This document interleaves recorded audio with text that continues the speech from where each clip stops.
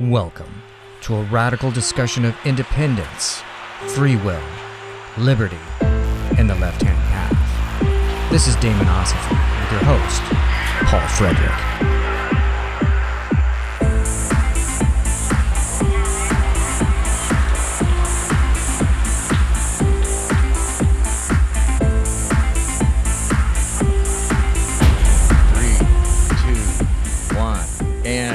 Welcome, friends and fellow Damons, to another episode of Damonosophy.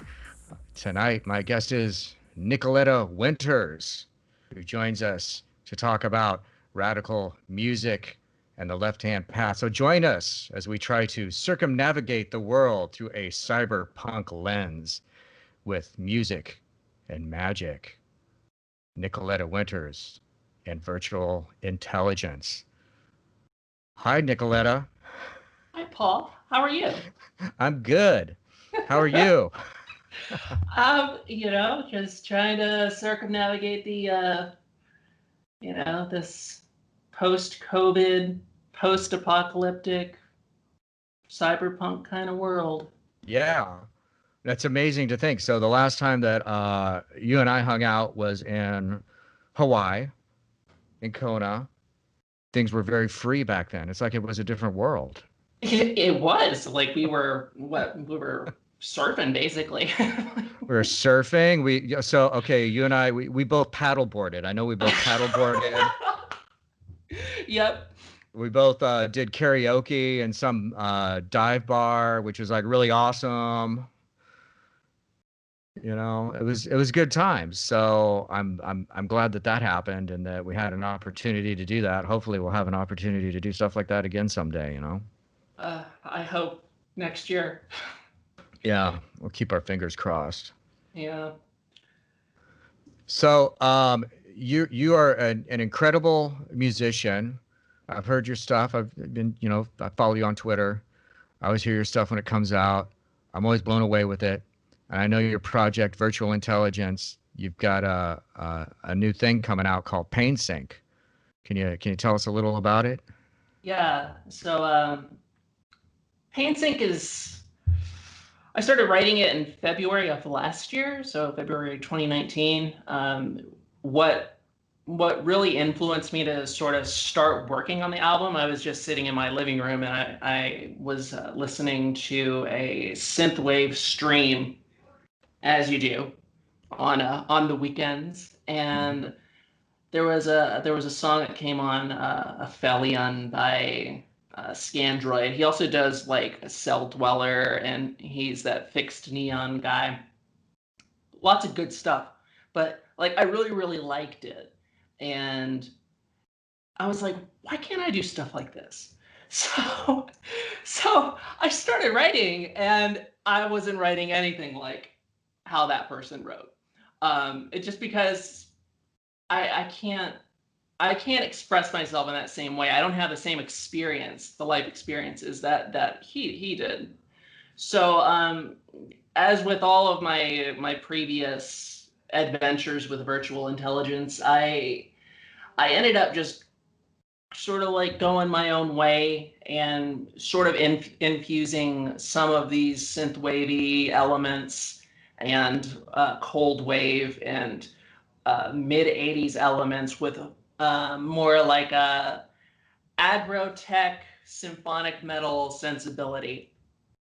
And I guess it speaks for the side of how it is aesthetically, like the music. As far as like the background for what the music is like supposed to be about, I had a surgery scheduled for last year in September, and this album was meant to be like my last great work, so to say, where I was like, if I'm gonna die on the table, something crazy is gonna happen, I want to get this out. So my original plan was the morning of the surgery, I was going to just press release, and it was going to come out. Well, it didn't work out like that because everything that I was doing with the album was really over ambitious, and it just wasn't ready. So I mean, I feel like when it comes to the artistic process with this kind of thing, rushing it is not necessarily always the best thing. It's not the best strategy. Yeah. I struggle with that too. I know exactly what you're talking about. I always have this feeling when I'm working on any kind of project, I'm gonna die before this comes out. I got to get this out. Something's gonna happen. I'm gonna die, and it won't come out. And then I start thinking, oh, the whole, what's the world gonna do if they don't get this? But then at the same time, then you come back. It's like, you got to spend your time with things too. You also got to establish your own pace, for like working on stuff, I think. Yeah, and so obviously I survived the surgery, but after the surgery I had a lot of complications, like a lot, a lot. In the end, it came out perfect, but I will say that I had to live through basically 7 months of like a body horror basically, where like it was just like blood constantly. It was me just not feeling good, and I was always in pain. And like about in February, I would say it was starting to really like affect me. Like it was starting to affect like my head, Hmm. because I had never actually experienced something like that before. And it was during this time where I wrote a lot of the lyrics for the album, and I think that the lyrics really speak to that experience of living through prolonged constant pain and what it does. And really, that's the big backbone behind Pain Sink. It wasn't a fun time, and Hmm. I wouldn't really wish that upon anyone, but I'm glad I lived through it, because if I hadn't, I don't think I would have the perspective that I do on certain things now. Like I've always been very healthy, and I've always been the kind of person that just is able to just go do things. And I really wasn't able to empathize with the experiences of others who are living through, just that constant chronic, horror, really. I mean, in the left hand path, you don't really think about compassion a lot, but I think the experience left me a little more compassionate in the end. Sure. So that's a great thing to talk about. But so let's talk about the left-hand path. Um, so how did you find the left-hand path? That's a really long story. I remember my dad. He was in the U.S. Marines, and I remember he would come home at night, and I was like 3, and we were living overseas at the time, and he would come home and he would ask me how my day was, and I don't know what it was. Like I was a little imp. I was like the girl Pearl from Scarlet Letter, just always constantly lying and being impish and whatnot. And my dad told me, he said, every time you lie, the devil laughs. And my experience with the devil was the devil on the side of the deviled ham can. That guy, he was having fun. He was just like, yeah, and dancing and stuff. And I was like, what's so wrong with that? He laughs when I lie, so who cares? So, you know, I started getting into this mode very, very young, where I would just I would want to just invert everything. Like I would see people praying, and I would just pray upside down, or like that kind of thing, because the devil was down there and I'm up here. And my family wasn't especially religious. I grew up kind of in a mixed family, where like it was sometimes atheist, sometimes born again Christian sort of background, and then on my dad's side of the family it was all like Islam, like Shia Islam. So I had to find my place in that, and it wasn't easy. So I remember about in 1997, 97. That's when I really had like my first like epiphany. I remember these guys were passing out these orange Bibles at school, and I was like, okay, I'll take one of these. So I went home and I read it, and I threw it in the closet, and I just forgot about it. And then just one day, I was like, there was just this thing. It was like creeping in the back of my head. I'm like, there's this orange Bible in my closet. This is my fucking space. So here I was. I'm like 13, 14, and I just opened the closet up and I just tore that bitch up. And it was just all over the place. And it felt good. It felt good because I read it, and there was just so much I just couldn't get on board with. Like especially in the Deuteronomy part, like I was like, what is going on here? And this is me coming off the heels of like reading Lord of the Rings, where that seemed like a much like bigger, more grand story than what was going on in the Bible. And I remember my dad and I, we went to go buy. He was going to buy a 1971 Camaro RS, and it was beat up. But this was a beautiful, beautiful, beautiful car. And we went down to Florida. We lived up north, and we went down to Florida, and we bought this car, and we ended up driving it back up north, and we ended up stopping at a gas station somewhere. I would say probably in South Carolina.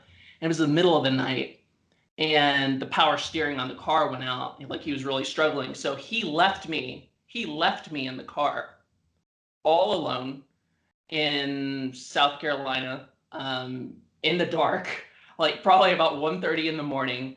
And I remember just feeling like this is my time to like, bind myself to whatever this dark feeling is inside of me, because it's just pitch black. I can't see anything. My dad's not here. It's perfectly private. And so And how old are you? I am like 13. Okay. So seventh, eighth grade, around there, 12, 13.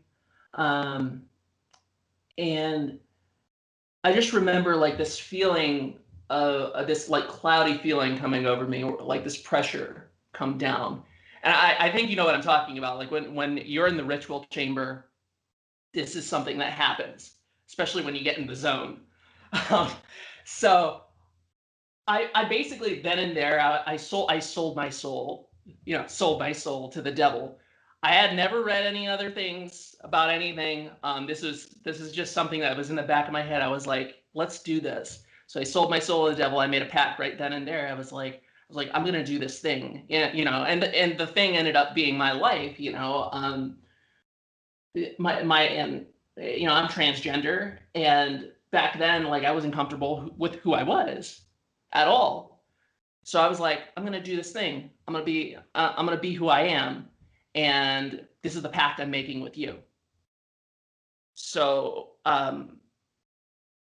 there I was in the dark, just you know being honest with myself, being honest with the proverbial prince of darkness, so to say. And ever since that point, I just have been very, very, very different. And I think, I mean, we went to Salem probably a year later after that, and I was like really like into that. Yeah. And I saw the Satanic Bible, whatever. I looked at it. It didn't interest me. So and the reason why it didn't interest me was because like it didn't feel authentic to what I had experienced in that car in South Carolina. Um, what did so eventually I actually did find something that clicked with me, and that was I was just cruising around the internet back in like 99, and I found this guy named Uncle Setnacked. And Uh-huh. yeah.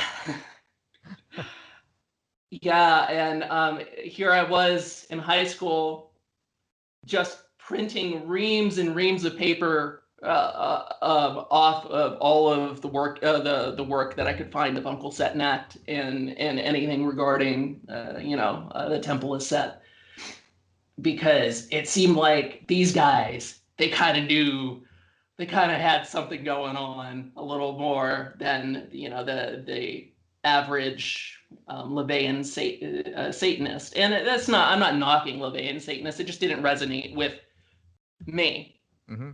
Um, because I never, you know, we all go our own ways, and really that's how I got started on the left hand path. And it actually goes a lot deeper when you intertwine,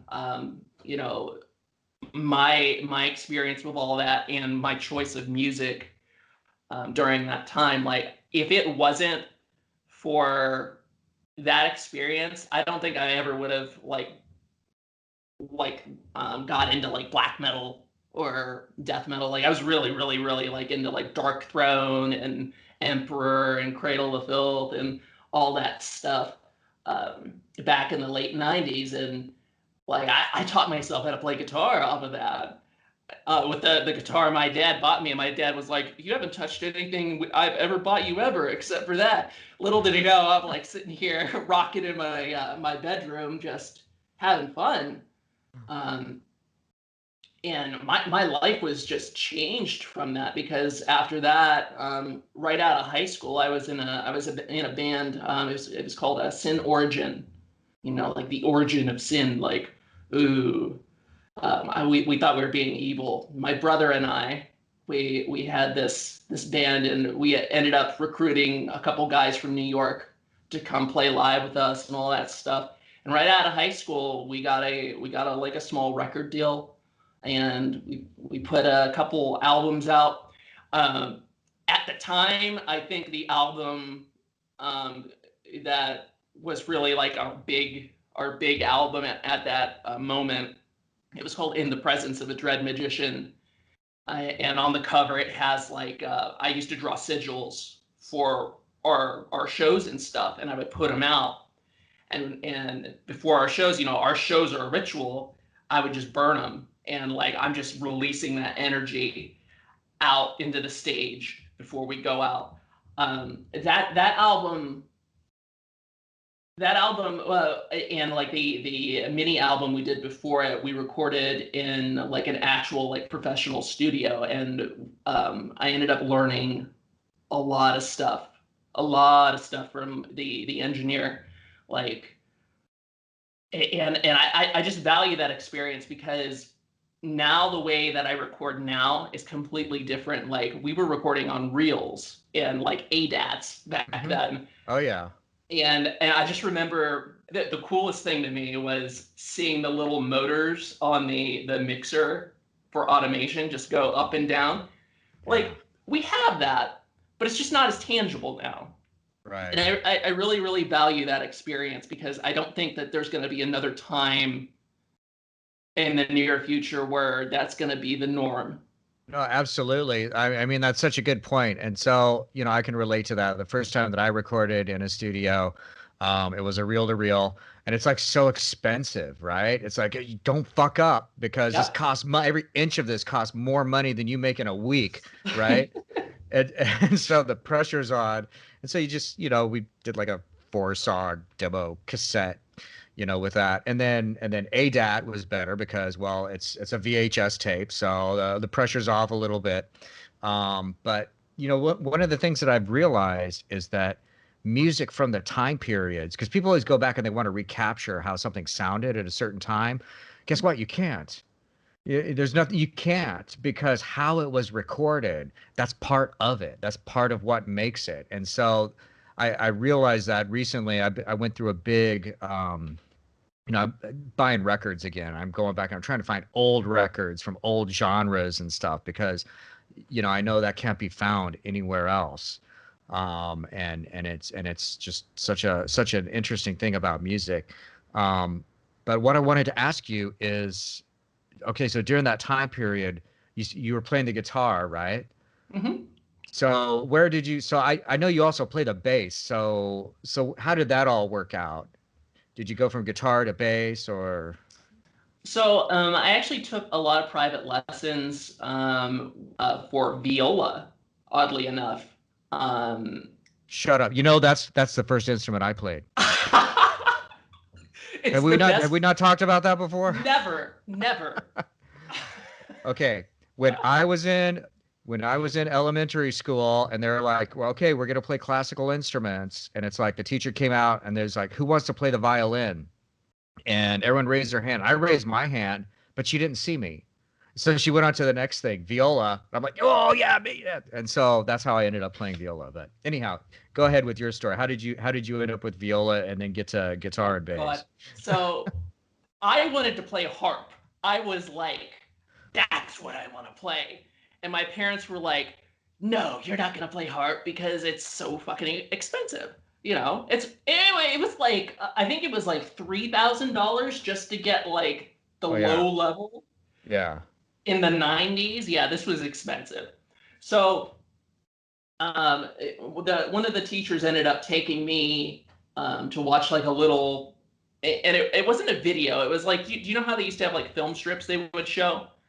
There was a film strip, and I don't know what it was called, but I remember there was like it was like a cartoon, and they had all the different instruments. You know, this is the violin, and there's like a fairy and stuff. This is the cello, and there's like a dragon playing it, and then the viola was death, like with a cloak, and I was like, Whoa. that's Right, that's it.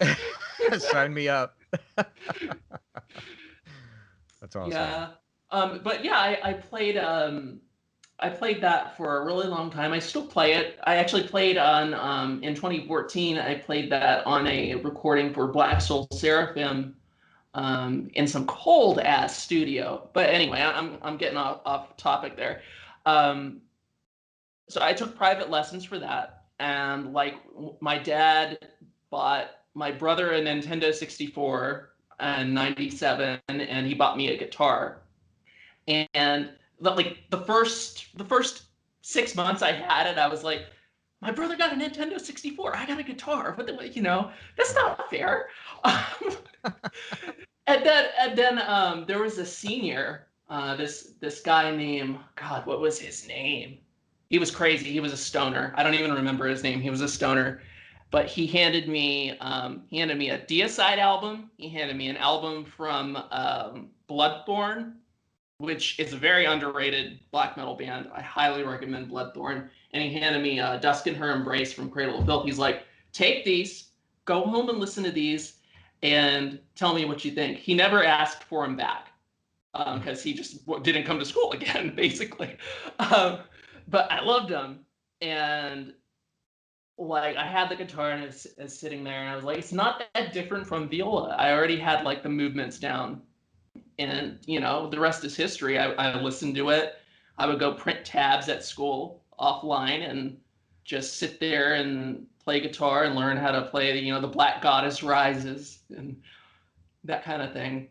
I am the Black Wizards and Satan spawned the Caco demon and all that. I loved, that was like my wheelhouse back when I was in high school, and it really shaped who I became, and a lot of the opportunities that I've had. Right. And then you ended up playing in a black metal band too at some point, didn't you? Yeah, it was called Sin Origin, and like I said, we did a demo. It was my brother and I in our basement, and we had an old 8-track recorder, and we recorded a demo, and we shot that out to a few labels, and we actually got some hits back from it because at the time it was like really in vogue for like low quality recordings of people Yeah. who didn't know what they were doing.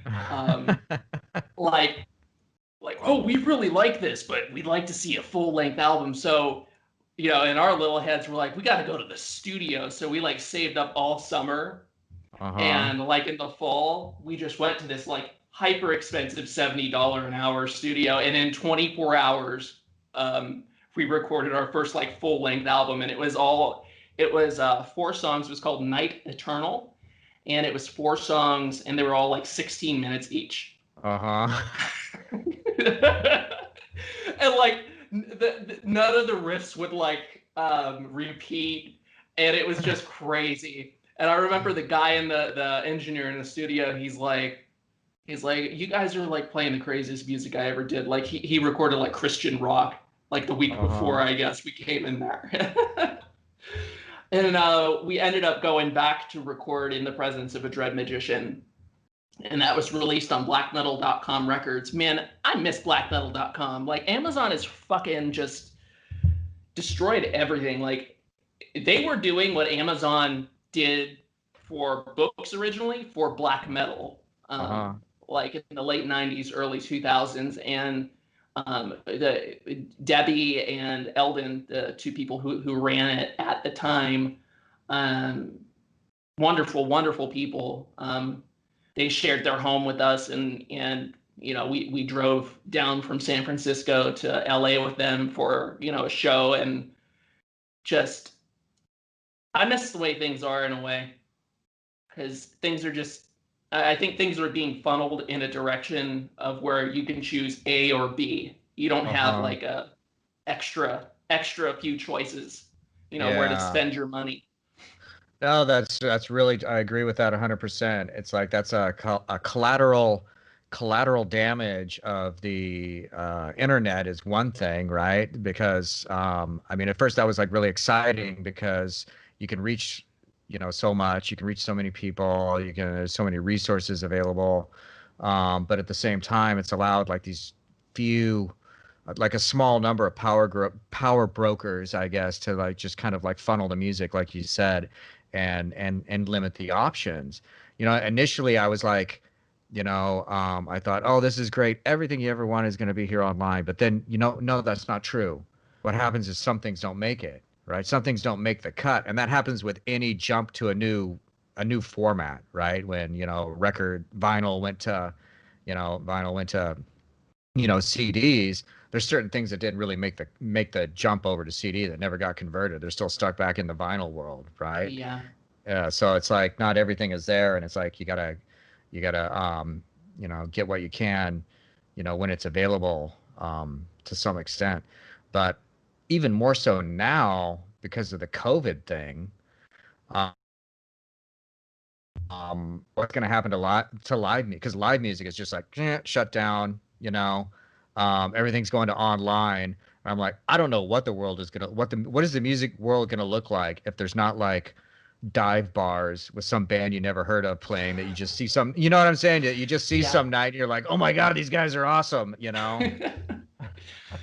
I think I'm trying to be the optimist here. I think that eventually, when this whole thing blows over, if it does, and that's a big if things can kind of get back to normal, I think that there's going to be a big market for live music again, and people are going to want to get out. And I actually kind of wonder if people in general are just going to be more motivated to do things, not just music. Like they're going to be like, I've been stuck inside for 3 fucking years. I need to like get out and go Right. grab the bull by the horns and go do things.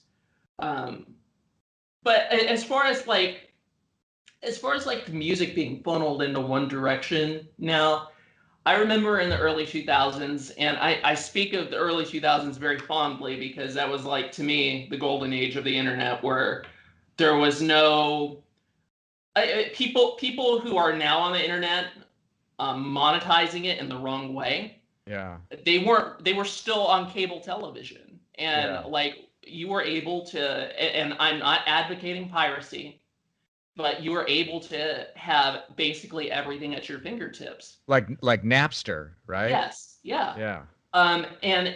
And I think it's important to archive sometimes for certain things like that you can't get anymore. Like I can't I there's no record store I can go walk down there right now and go get I don't know, Clandestine Blazes, Fist of the Northern Destroyer. I can't go find that over there.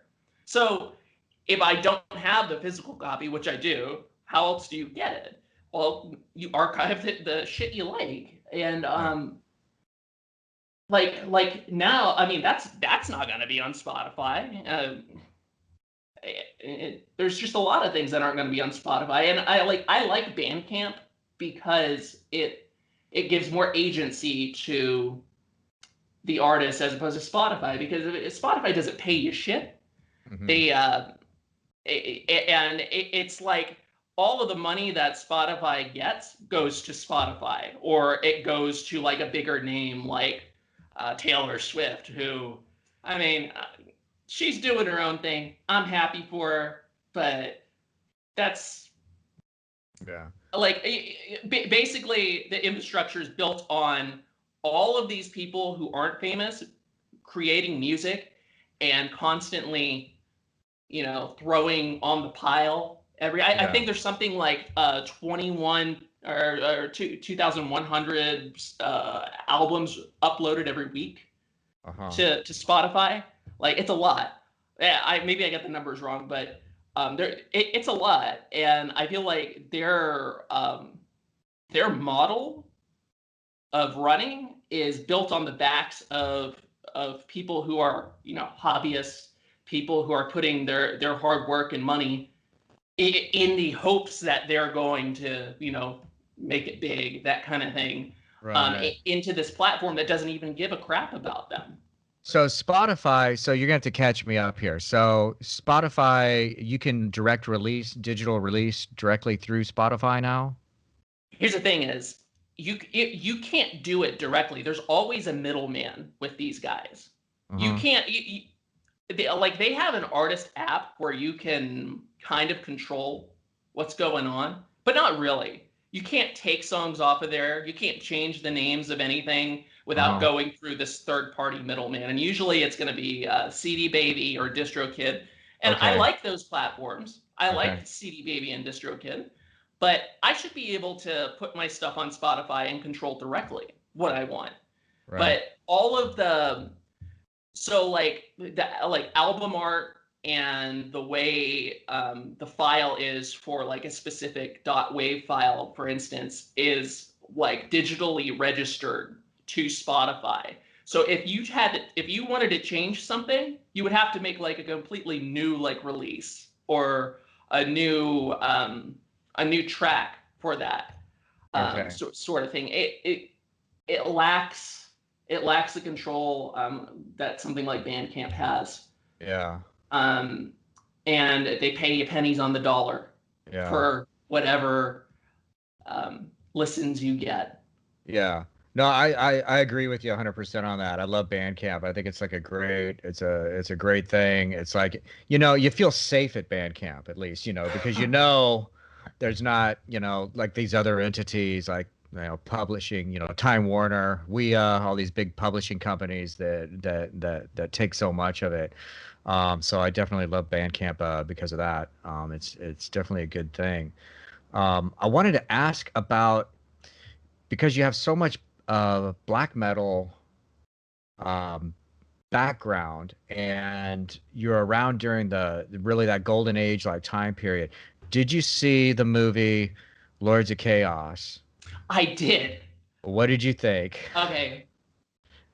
Where do you Uh, fall on this? This is one of those questions where yes. you're gonna fall on a side here. I actually have the book in the other room too. It's sitting on Yeah. my couch right Okay. now. All Um, right. I liked the movie, and I'm gonna tell you why I like the movie is because I feel like it's entertainment. First of all, that is made for entertainment. And for me, growing up, I grew up like worshiping basically these guys who I shouldn't have been worshiping, basically. Mm-hmm. But they were cool to me, even though they're doing fucked up shit. Mm-hmm. And like it was interesting to see that in a different perspective. And I think a lot of the backlash from that movie, particularly, comes from the way Varg was portrayed in the movie. But Yeah. you know, I think and this is kind of like a touchy subject, but I think that there could be truth and there is falsehoods going on with the movie. It's true but not true, and it's entertainment first Yeah. of all, and I was entertained when I watched it. Yeah. I thought so. My personal opinion, I always thought it was great. I love the movie. And I recognizing that there's, it's a movie, so it's always going to be like far from the actual, truth about what happened. But I liked how they portrayed Varg in it because I think that needed to be portrayed in that way. Because I always felt like, he's always like, oh, well, he was a poser or whatever, and it's like, you stabbed your friend in the head, okay? Yeah. That's fucked up. I don't care. There's nothing you could say about that. You need to stop sitting around saying it's some, no, it was like some like, mystical thing, or he deserved it because of some record label like bullshit. I've been fucked by record labels plenty of times, but I never said, "Well, I'm gonna go stab my friend in the head over this," So Yeah. so I thought it was humorous. I liked it. I thought it was funny how that was portrayed. But in general, I thought what they really captured in it is the mood of what it's like, 15, 16 years old, being young, being in a band at the golden age of that movie, right? Before everything starts to like, fall apart and everything. And I really appreciated that because that's like right on. That was like right on the money. Anyone who's been in a band, like you can understand this, who's been in a band understands, what that's like, how great it is to be doing that, to be hanging out with, the reality is, in hindsight, you realize, oh yeah, we were just a bunch of losers. But at the time, you just feel like, nothing, nothing can stop you. Yeah. It made me fond. It made me fond of the times that I had, and I had some crazy times too, like that. Like I remember one show I did in L.A.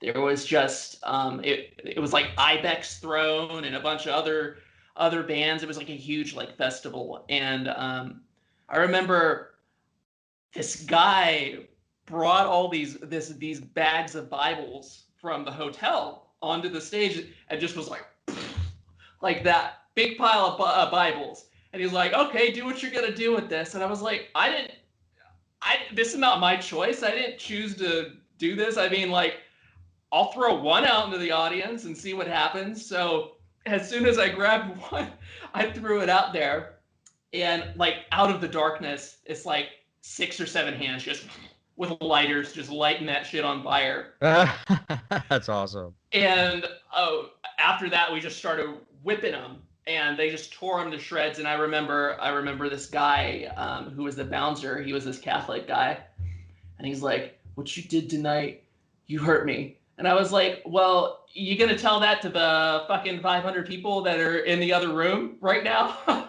Because they might have something to say about that. And I'm not gonna sit here and be like, you. I'm not gonna sit here and be like, I'm sorry to you for hurting how you feel. Like, this is how I feel about what you guys do. And I know two wrongs don't make one right, but you know what it Yeah. is. I mean, and now 20 years later, basically, I have a different perspective about all that stuff. Like, I realize that what I did was radical, and I respect other people for what they personally believe, but like, the road goes both ways. Yeah.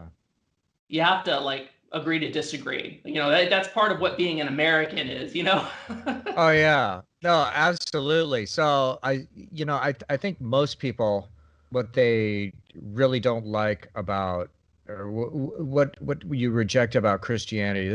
Well, I'll speak for myself. What I rejected about it wasn't so much the ideas, but the fact that ideas were being pushed upon me and being forced upon me. And so I rejected that. And so I mean, that's the thing right there. It's like, it's really easy to say, I respect all religions, right? Respect everyone. And that's easy to do until someone starts like forcing their shit on someone else, and then it becomes problematic. And if anything, I think the rejection of it, the anger and the frustration about that has to do with those of us who grew up in this environment, grew up in an environment where it was being pushed upon us, and there's some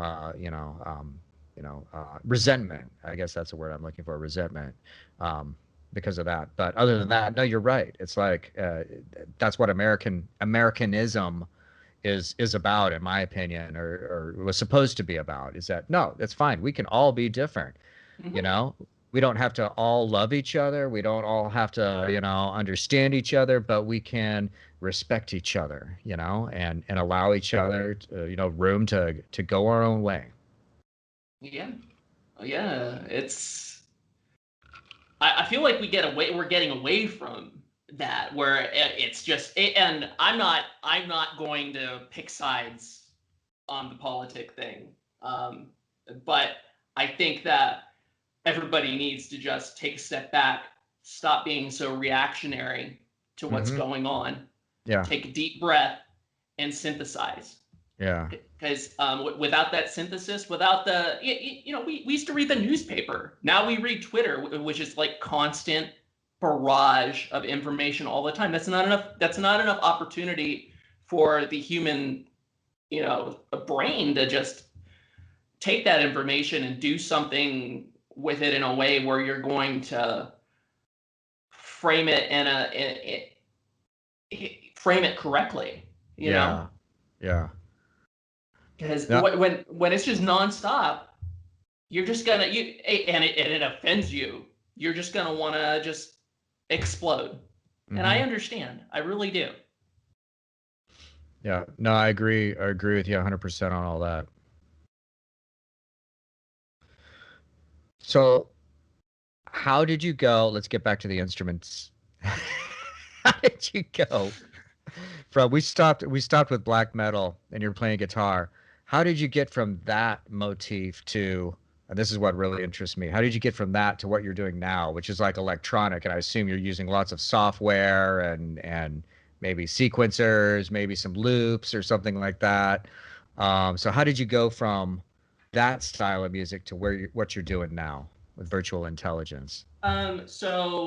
I had a falling out with my bandmates in about 2006. We had played a lot of live shows, and we were super young, super, super, super young. Like my brother, like we were playing in like bars over 21 bars, and we weren't over 21 at all. Um, and so like we didn't know who we were at all. And like there was just this thing in the back of my head, like I made this pact back in 97, and here I am doing this black metal shit. I gotta fucking face the music here with this. So I just, I told my family, I told my bandmates, I'm like, I made this promise to myself that I wasn't gonna ignore this transgender thing, that and I basically that created a huge rift between me, my family, my bandmates, everything, because I don't think that I've changed a lot as a result of the change. Maybe, well, like physically I have, but like I've always been a very aggressive person. I've always been like kind of this alpha, kind of, I'm gonna go jump on stage and scream my head off and tell you fuck you at the end of the show, basically. Hmm. And like they weren't buying, like the people in my life, they weren't buying that was going to be a viable thing for me. Like how could you do this? And this was like mid 2000s. Like I told them in 2005, and the band ended up like folding in 2006 as a result of all this. We played our last little shows and took care of our business side, and then we went our own separate ways.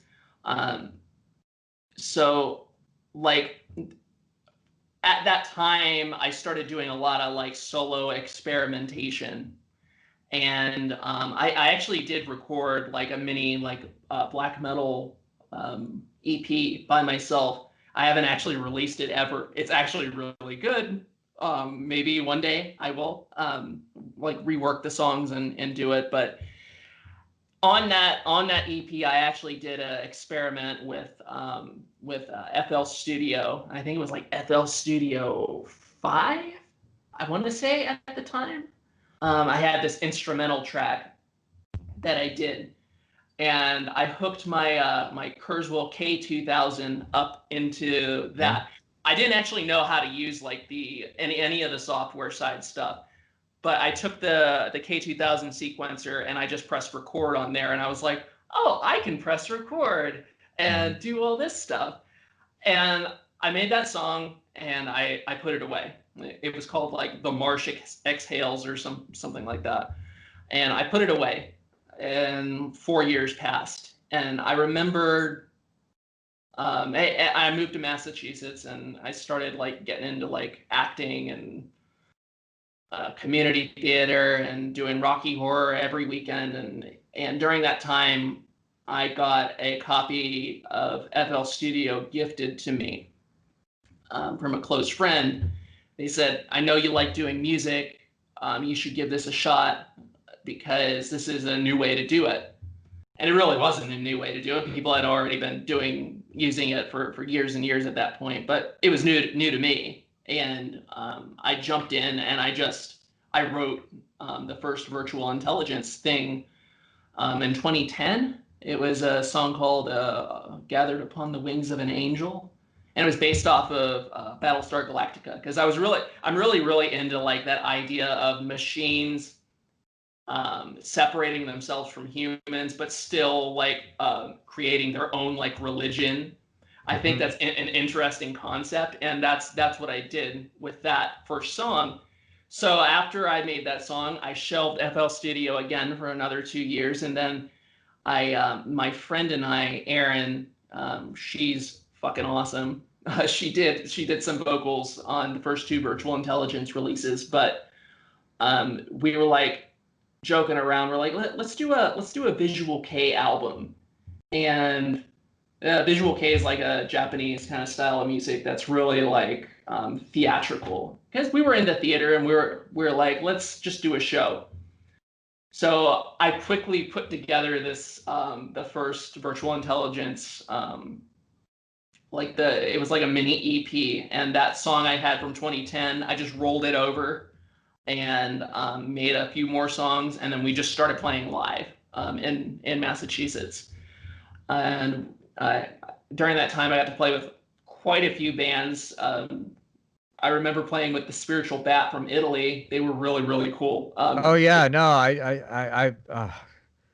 I think I know them. I know who you're talking about, though. Yeah. Yeah.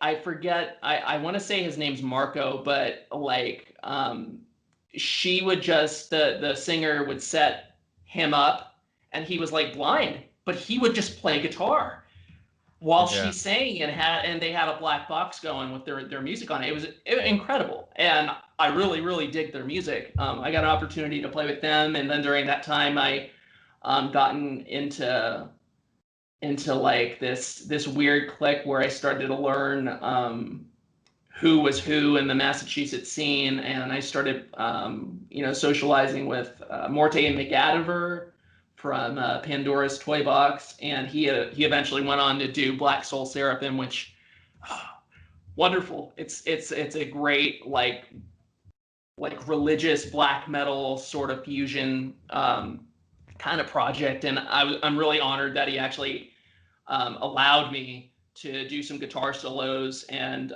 some viola on one of the records. I ended up doing a solo for a Sorrow Seed song too.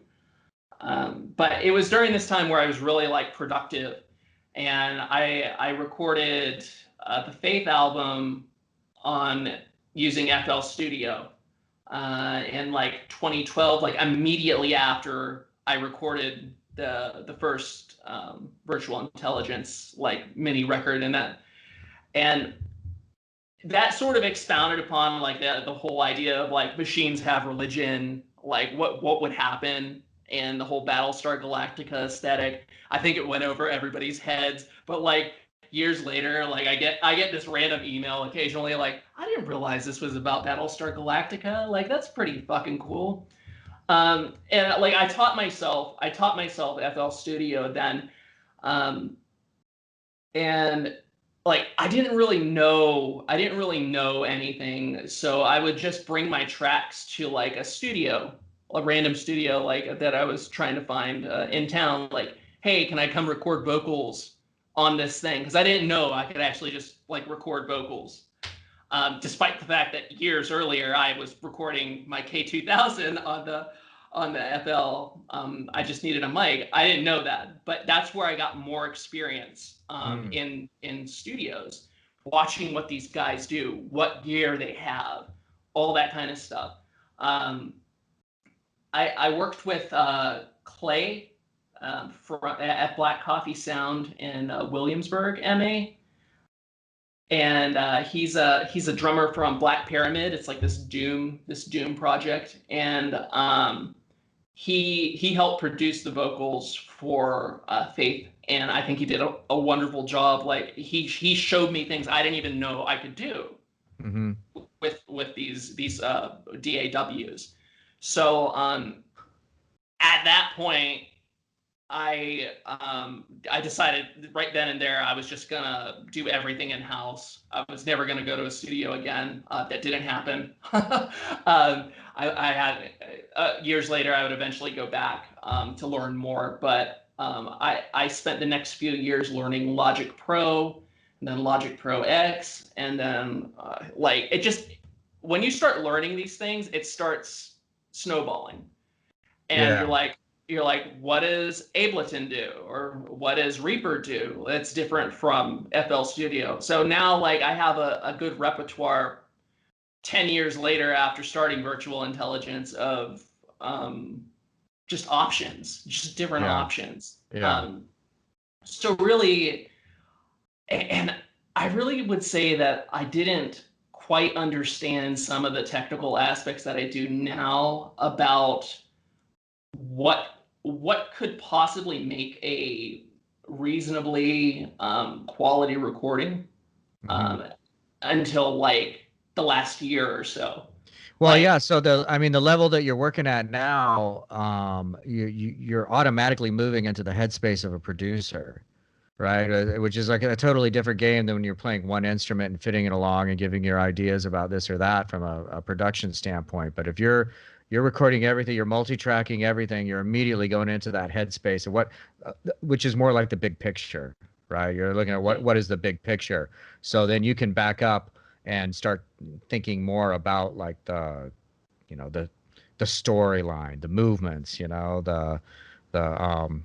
you said, the Battlestar Galactica aspects of it. Yeah, and here's the weird thing. Here's the weird thing is, like, I've always been I think my strong point is songwriting. I'm really good at arranging. And which is funny because I've always been very disorganized with my recordings and whatnot. Like, it would just be willy-nilly, like I'd have all this stuff. But now, after Pain Sync, I had to clean up. I was so disorganized when I originally recorded all the songs for Pain Sync, and I had to go back at the beginning of the year to probably last month, where I was just organizing, color coding, organizing by this kind of sound, that kind of sound. What does this do to just getting organized. Now, like, I am concerned with songwriting. Like, it's still on my radar, but I'm much more interested in like the minutia of the science behind it. Like, I remember the first time I actually like was consciously aware of hearing compression and like what that did to me. It was not unlike Kefir, how Kefir feels the first time, because you hear things like compression, but you don't digest them when you are listening to music in an everyday sense.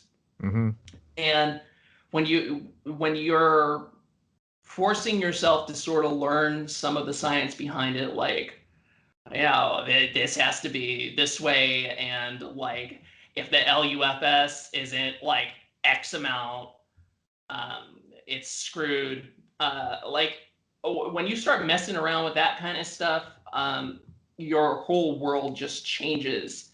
And and like just even understanding like compression and what it does to like the wavelengths, like just trying to smooth everything out, but Hmm. not too much because you still need that little bit of dynamic in there. I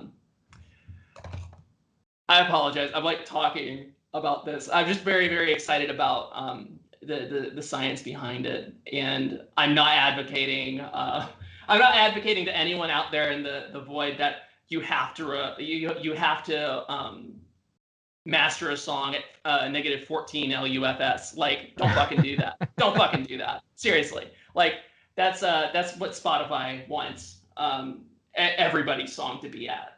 I would honestly say record it, master it at like -9. So then when they squash your recording, it'll sound louder, you know. Um, but yeah, I've it's been a journey. It's definitely been a journey. It's been a long journey, and I don't even think I'm remotely close to knowing everything, and that's the exciting part Oh to me. yeah, yeah. It's a work in progress, but the Pain Sync. I mean, what I've heard of it, the sample track that you had out was really epic and really good. So I'm really excited to hear the rest of it. Can you give us a clue about when we might be able to hear the whole thing?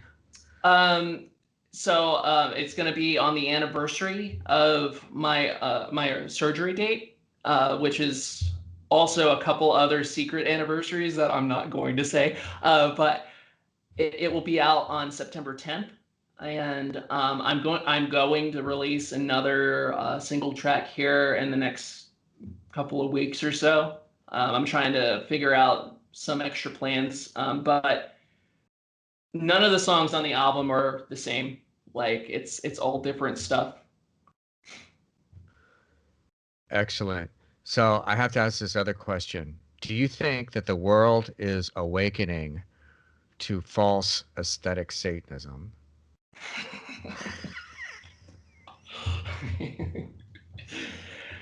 It's kind of weird. So like to me, what would false aesthetic Satanism to me is like we're people, right? And we're doing what we want to do, right? Yeah, we're doing what we want to do and doing it well and all that stuff. Satanism goes beyond just doing what you want to do and doing it well or thinking you're doing it well. Like it also means having the sense of, the presence of mind, the sense of self, to be able to take a step back and go, hey, am I full of shit? Like, there are a lot of people out there in the void. There are a lot of talented people too who actually they got their shit together. But there are a whole nother. I'm not talking about them.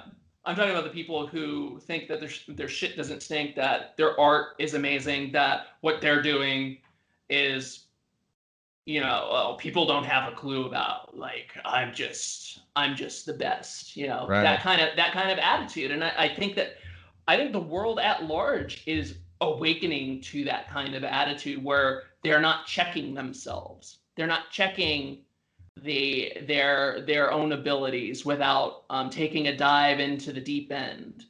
You shouldn't take a dive into the deep end. You shouldn't go mess with the powers, the dark powers, so to say, unless you're ready for it.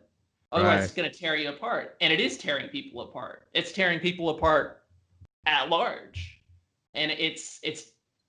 I mean, like, I want to. I like part of me wants to be like, oh, don't do that. But the other part of me is like, I shouldn't even involve myself. Like, and I don't, because that's the kind of thing where people will just pull you in, Yeah. and like I said, like Satanism goes beyond. It goes beyond just doing what you want to do for doing its sake. Right. You have to have that other element in there of being able to think, to critically think, not just think. Yeah. No, absolutely. I agree 100%. It's not just about just doing whatever, you know, just for the sake of doing it. It's about doing things based upon an aim, a a wish for something higher, a vision of something, a vision of like self-improvement, a vision of becoming, all of these sorts of things. And it's not about just, I mean, and you mentioned this earlier, um, if you pick a side, if you choose a side in something, it doesn't matter which side you choose, you get pulled into it. You get pulled into the shit, right? Yeah. So it's not really about choosing a side, and I think, you know, some people like misunderstand the idea of left-hand path and think, oh, that is a side, it's a side against right-hand path. And within that context, maybe it kind of is, but the reality of it is that no, it's not about that. It's about, and Anton LaVey used to make this point at like the third side, right? Third side politics, which, he has his own thing he's trying to indicate there, but the sentiment is accurate in that it's like it's not about a side, it's not about choosing a side, it's about choosing yourself, you know. Yeah, choose your own side, and that doesn't necessarily mean choose your own side to the point of it being to your higher self's detriment.